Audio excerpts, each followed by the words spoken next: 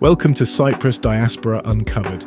In this episode of Cyprus Diaspora Uncovered, industry leaders and innovators explore how artificial intelligence is reshaping global markets and redefining business strategy. The discussion examines how Cyprus can position itself as a regional hub for AI-powered business models, digital transformation, and innovation, leveraging its strategic location to connect Europe, the Middle East, North Africa, the Gulf, and Asia. Discover how AI is creating new opportunities for growth, investment, and cross-border collaboration, and why Cyprus is uniquely placed to become a leading testbed for smart business in the digital age. This session was recorded live on May 7th, 2026 at the Cyprus Diaspora Forum held at the AMARA Hotel in Limassol, Cyprus.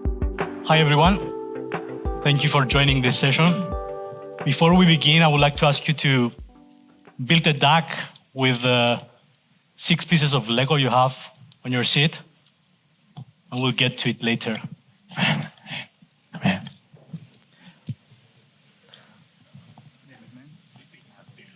Oh, you already? Yeah. You can do it. Build the deck. So last year in April, President Christodoulidis met with the COO of OpenAI, and in conversations, it was stated that Cyprus can be an AI hub for the area. The brief is not imaginary. We see that there is a lot of investment in AI. Almost 235 billion of VC investment has been put into startups in the first quarter of 2026. So the question is, what does an AI hub mean for the business of Cyprus? And to do this conversation, I have with me 4 people who are living inside the impact and the daily progress of AI, whether through their business or through their operations. I would like to introduce them. First, I have Chrysanthos, Chris, founder of LiveNow AI in Cyprus. He's a tech entrepreneur with a background in network marketing. And because we also had a conversation before this session, I have also some of their point of views, and I'm gonna share it. He believes that human interaction and emotional intelligence remain irreplaceable in any AI-driven model. Then we have Iskander, consultant and CMO at Salutro, based in Cyprus. He works across the East-West corridor, supporting and providing consulting for businesses and individuals operating in Cyprus, Europe, and America. And he sees AI that is reshaping the future of teams in business. Linus, who is a cloud architect and AI implementer with enterprise clients across Europe and USA. He builds and deploys AI systems for complex organizations, and he has seen the full impact and value on the good and the bad side of what AI means to be implemented into an organization. And Dr. Vasilis Agoridas, managing director of ICMATA, which just launched in Cyprus. We are very proud of this, and he operates also in Athens and Brussels with 25 years across Airbus, Ertigo ITS Europe, and the University of Leeds. He is also an EU policy advisor on emerging technology and intelligent transport, and an engineering visiting professor through the Royal Academy in Strategic Foresight. His position is that machine governance carries an active obligation to protect what is distinctly human. So we were asked to build a deck. Dr. Vasilis, could you please explain what we're doing here? Yes, so what you have experienced is Demetris put a prompt, not an AI prompt, a human intelligent prompt, built a deck. But he didn't give more information to you. So could you show to me your duck?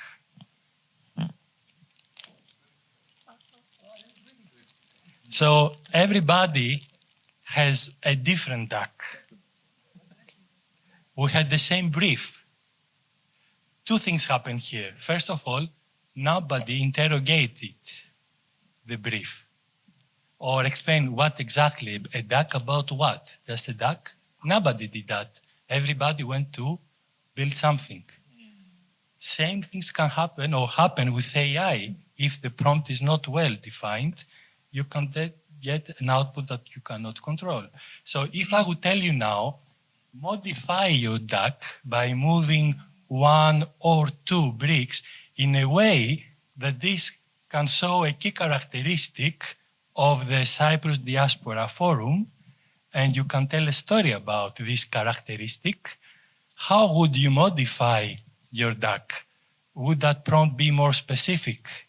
Would you be able to tell a story about this? So this is one aspect. The other one is that in a simple topic like that, everybody came with a different duck.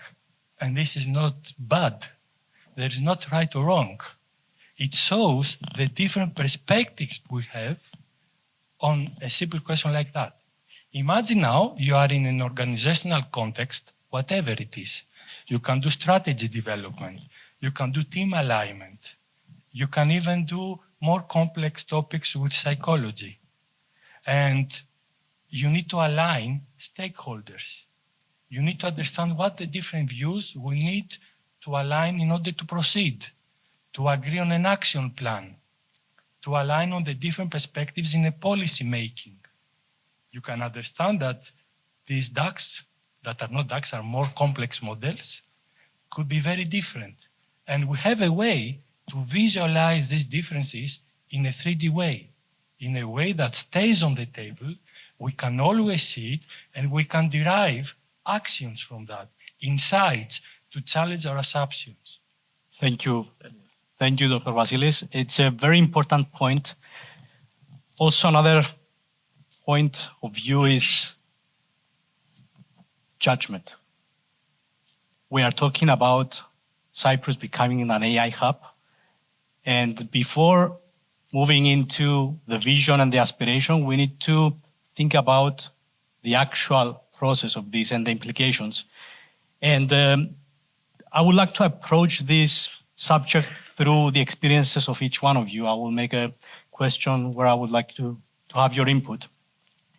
Where did you saw AI failing or not delivering what was asked or not having the actual value you expected it to have? And what does this mean for building an AI business center for Cyprus, an AI business hub for Cyprus, if these patterns also occur on the organizational level? Chris, can you tell me your... That's 2 questions in one, actually. First of all, hello, everybody. It's a pleasure to be here. And for me, is double special because it's actually one of the first times I speak in English in Cyprus at the stage. So it's a bit funny, actually. Usually we speak in Greek at the events we do. Anyway, so that's a great question. And actually, being in network marketing, I started my career at 16 years old. In the beginning, obviously, it was not the result you wanted. Network marketing, for those who have no idea, is an industry where you take a project or a product or a service from an established company, you just promote it around the world, you create your own customer base, customer team around the world, and I managed to have a team around 62,000 people in 32 countries. So through that experience, I realized that we should have AI back in time in 2011. But talking about today, AI, for my experience in this industry, has failed me a lot of times because it lacks of emotional intelligence, it lacks of emotions, and sales for me is all about emotions. You know, you transfer your emotions to someone and he buys emotionally, instantly. And many times we bought things that then we regret that we have bought them, but that's how emotion, decides whether we buy something or not. And emotionally, AI and the ChatGPT especially, it's a bit, I don't want to say the word, but it sucks. So, That's how I feel. Then once actually I started to prompt a sales technique and a sales script, and I tried to use it in my experience in network marketing, and it didn't work. Okay. But then it worked. The emotion, the knowledge from mentors, like Tony Robbins, big motivational speaker, Robert Kiyosaki, Rich Dad Poor Dad. So yeah, it works things from mentors more than it works the AI with the experience and the knowledge it has. So it has failed me a lot of times actually. Okay. And about your second question, for me it's all about a tool is as good as its user. So I don't believe if you are in construction industry and you are a great builder, if you have the right tool, but you are not a great builder, you will build a great skyscraper. So you need tools, but if you are not a person to use that tool correctly, like Vasily said previously, with the prompting and giving the right information inside so you can receive the right information outside, this was an explanation if somebody doesn't know the word prompting, it will give you the wrong answer. So yeah, it's super important what Vasily said, and I believe a tool is as good as its user. Okay. Iskander, what is your take? Yes, hi everyone. Actually, as I observed, so many companies who are trying to implement the AI in the structure, me as a personally marketing guy who is always involved into the marketing campaigns, and I observe many things: actions, pivots, dashboards, campaigns, different pictures, videos, creations, and so on. So actually, that's amazing. That's perfect, and all of us using that as we know, different perspectives, different tools and technologies are used for the companies, for the businesses. But there's only one thing what we are missing in here, and it's really, really interesting. It's not just how we prompt it. It's not just how much skills we have to use these AI tools and how we implement it within the company. That's only the thing which we're missing is talents. Cyprus has a lot of talents, greatest talents. Within the Europe and the worldwide, we observe that we see that Cyprus has many, many talented people. And all of these people, they are able and capable to use AI-driven tools to progress and to develop their businesses. But the way how they're using it and the way what they're putting into meaning of AI, not just to replacing the talents, not just to replace positions within the companies, but most important, to provide more intelligence through AI. So many companies think that, okay, I will replace, let's say, SEO guy, search engine optimization manager, or PR manager, and my ChatGPT will write me a huge text which I will publish and everyone will like it. But there is no spirit. There is no talent put it into this text. So from my perspective and what I already experience is intelligence. Just that. Because we also need to address, now we're addressing the micro personal moment, and we also need to address the national subject, which is what makes building Cyprus as an AI hub. I would like Linus to, let's say, compress the action, the answer, and please tell me the exact example where you faced AI implementation. You're working into the bone of AI architecture, where you saw it failing, and what does this mean for the organizations in Cyprus and also at the national level if we are working with this mentality? Yeah. So I do AI implementations for a living, so I could probably bring a lot of examples. One of my earlier fails was to build a AI agent system to support period close, so basically financials for a large company. And everybody was so hyped, like the whole company was, oh, we're so forthgoing, now we're bringing in AI and it's going to be so cool. And it took us 3 months, it was last year. Then I was sitting in the meeting and I was like, this should take the same time like before. We actually didn't deliver any value. Like the people loved it, but it wasn't making life easier. And especially with my American clients where I work, I mean, there's a lot of cases where, for example, large companies like Deloitte, they deliver fake reports to the governments. They charge $500,000 for something that was hallucinated by AI. But the one thing I want to say is, yes, we had some fails, but we also deliver a lot of value sometimes.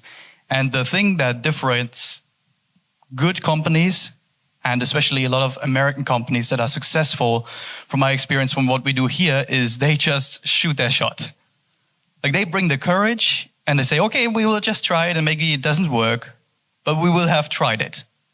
And what I see here whenever I work with European companies in general, there's just so much fear. Like everybody is so afraid, oh, we might violate this law and we have our regulations and this and that. But this culture keeps us from actually advancing. Because meanwhile, another company failed 2 times and then also had 1 success.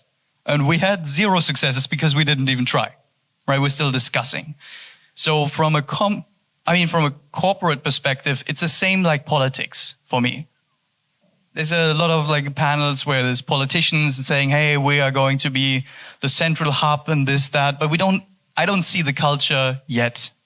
I feel like I came here as somebody who left Germany, their home country, because it was so bureaucratic. And I'm afraid that Cyprus might be the next bureaucratic outpost of the EU if we keep celebrating all the regulations and all that stuff we have, right? Because it's not something that entrepreneurs want. It's nothing impossible to build here. I think it's a great place. I love Cyprus. It has many perks. But for a perspective in the future, I think you need to cultivate a culture where people are encouraged to make mistakes, learn, and advance and take action fast instead of trying to be, like you say, Chris, like serious, right? We're trying to become too serious, too bureaucratic, too polished. I think that's going to be a big issue because that's not how the Silicon Valley works. Yeah, I get your point, even though I wouldn't take a political position on this right now. It's clear that AI is moving faster than organizations and institutions, especially governmental institutions. And we see the gap emerging, especially for junior positions where they're becoming obsolete in the economic ladder. But at the same time, talking about building an AI hub could mean different things. And we wouldn't want to see our island becoming a huge land of servers, where at the same time we want to use the judgment and identify the opportunities that don't just pass through the island, but stay here for the value. And I would like to ask Dr. Vasilis about machine governance. And we know it's not just the regulatory framework. So far, machine governance is focused on how to deploy and protect and maintain or restrict machines, but what happens with people? Exactly, that's the point. In emerging technologies like AI, even drones, the approach to governance and regulation is risk adverse. So what can we do to avoid? And it makes sense, because especially when you fly things, it's about the life of people. So it is normal to see that. And we as citizens, we may even ask for that. However, as we have heard from you, the same way that people from AI complain, the same happens with drone community. People complain about over-regulated environment. I think there is a specific thing with AI that goes to the governance, that I think we have an opportunity to also regulate the protection of the human aspect, to cultivate the human skills that are important.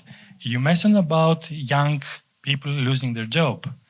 Yes, because perhaps they're doing something that it was even tiring, not very engaging. Yes, we can leave AI to do that, and these people can be trained, reskilled to do something which is closer to the human nature. So my call is that we try to keep cultivating and safeguarding the human skills, the critical thinking, the creativity, the curiosity, the collaboration, the communication. These are human skills. AI cannot do that. So it's part of the judgment you said, and plus. So these are the things we as humans will need to focus, to safeguard, and why not? To have regulations that can promote this type, boost this skill set, instead of just being only risk adverse. So yes, AI will be there, perhaps it should be there, not because it will give us more time to go to the beach, but because it will give us more time to focus on capitalizing, leveraging on the pure human skills that AI cannot do and shouldn't do. Definitely. And eventually, I believe AI will become a utility.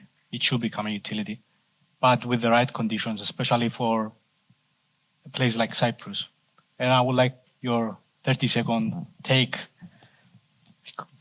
Cyprus wants to be an AI hub, but the hub requires trust from investors, from organizations, from its own people. And do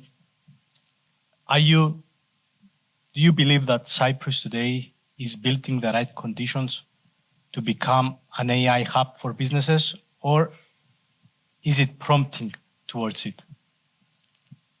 Chris? That's a difficult question. I believe everybody will have a different perspective on this. For me, if you ask me as a visionary, the question is not if we can, the question is when we want to do it.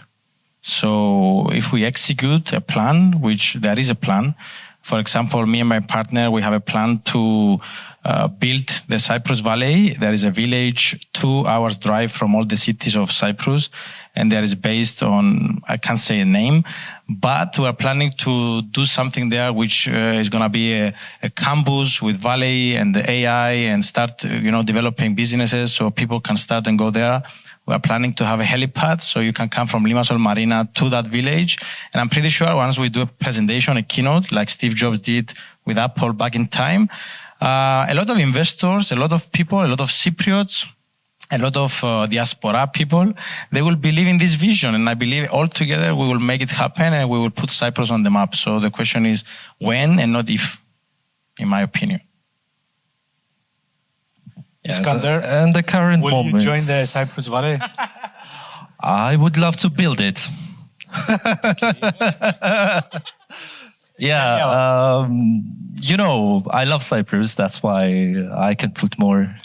From my perspective, I would say Cyprus is a unique place, and everyone knows, everyone likes it, either Cypriots or expats like me. But I would say at the current moment, you may not agree with me, but it's kind of like my position. The Cyprus is like a baby with AI, playing like with a game to build a dock from Lego or from other tools. Because how many Cyprus AI platforms or tools our audience know or we know? Any? Zero. Zero. Thank you, Lucas. Zero. That means if we don't create the future, we are behind the progress. We are just using what other people created.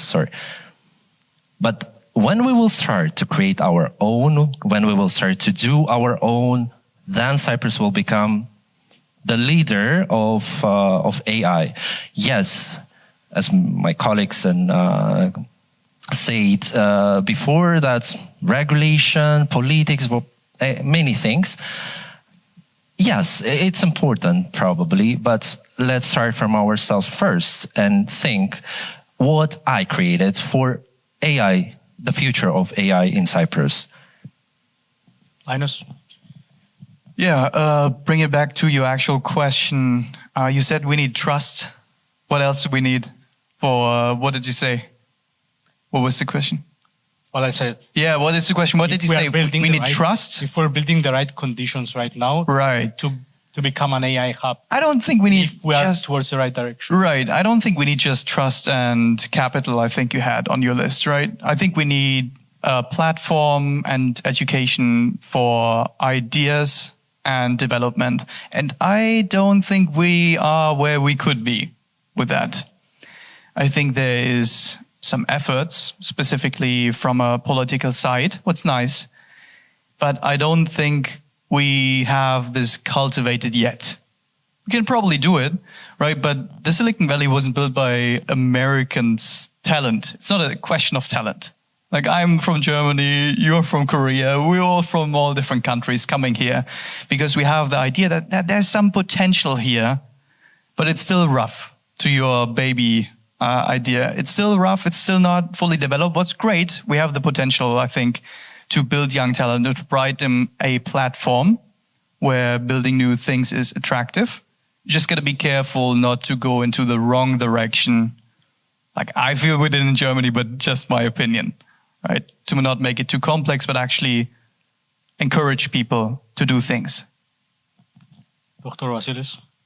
I think based on the discussions we had, just attracting more funds, even putting people that are smart to create your own tool, you will not avoid to become a copycat, and perhaps even a late copycat. I think really, strategically, what Cyprus needs to do is to think what can it do to be different in this environment. I was earlier in the afternoon, in another room where we're talking about the branding of Cyprus globally. So one of the key aspects was that in Cyprus, what we have the Chorio, the village, we have the Yaya, the grandmother, and we have, I'm not Cypriot, but I'm with you, in the deep DNA, resilience. As a nation, we are very resilient. So how can we bring this into the AI emerging ecosystem? Is it that perhaps, as you mentioned, we can focus on the cultivation of education or mindset about how we work with AI? How do we deal with AI? How do we enhance the human factor in the AI context? And I think in that aspect, Cyprus could be unique and perhaps one of the first in the world. Okay. The reality is that Cyprus sits at the intersection of Europe, MENA, the Gulf, and Asia. And to talk about identity, because you mentioned some cultural aspects of the brand Cyprus, our identity is that we are a roundabout. Nothing more than a roundabout. And in roundabouts, you don't get emotionally invested. You use it because you want to go from one place to another. You use it because it's functional. And value trade through it. What we need to do is find our own reasons to create a hub. And a hub is what maintains and encourages and builds value. So I think the Greek word to use is diakrisis, discernment, to know when we are building for the island, where we are building for the future. And to close with also a part of your thesis is that I think this decision lies in everyone in the room right here, because it's something that is developing from the one to the whole. If you want. So what I see here is that we have a lot of talent. We have people that they really want to work for something common. And as Vasilis said, we don't want to be a copycat. So the question is whether we have the right maestro to lead the orchestra and how big you see the orchestra. How many instruments you see? Do you see a violin? Do you see 6 violins playing together? Can you organize these 6 violins playing together? So you can take the best sound out, not only out for Nicosia and Limassol, but also for all over the world. Can you lead this orchestra? And you have to trust somebody to lead the orchestra because, as Vasilis said, we have a lot of ego. So when you build a project, you believe that project is the best project in the world, and you believe it with all your heart, and then somebody else is coming and is telling you, hey, I have this project, let's build it all together, let's put Cyprus on the map, and you say, there is no way I drop my project, and then 3 years later you understand that maybe it was a way you put your ego down and collaborate and work as one orchestra and really go and play at the biggest, operas in the world like Sydney. So the question is, can we do this as Cypriots, or everybody will try to do his own thing? Everybody will try to say we compete with the Silicon Valley instead to work as one big team like they do in the US with the American dream, like we say. That's what I wanted to mention. So I believe we have the right talent, can do a lot of things. We have to trust the maestro and then go and play at the biggest operas in the world because we really deserve this as Cypriot, Greeks, and all the people that they came to Cyprus and they believe in this market. They believe in this land. They believe in these people, even though it's half occupied. So they still believe in what's happening. Expand more because I think we are tight on time. Yeah. Thank you for the time. Thank you, everyone. All right. Thanks, everyone. Thank you. Thank you for listening to Cyprus Diaspora Uncovered. Subscribe to our podcast on Spotify or Apple Podcasts for more inspiring conversations that are shaping Cyprus's global future. You can also explore more episodes on our website and selected video interviews on our YouTube channels.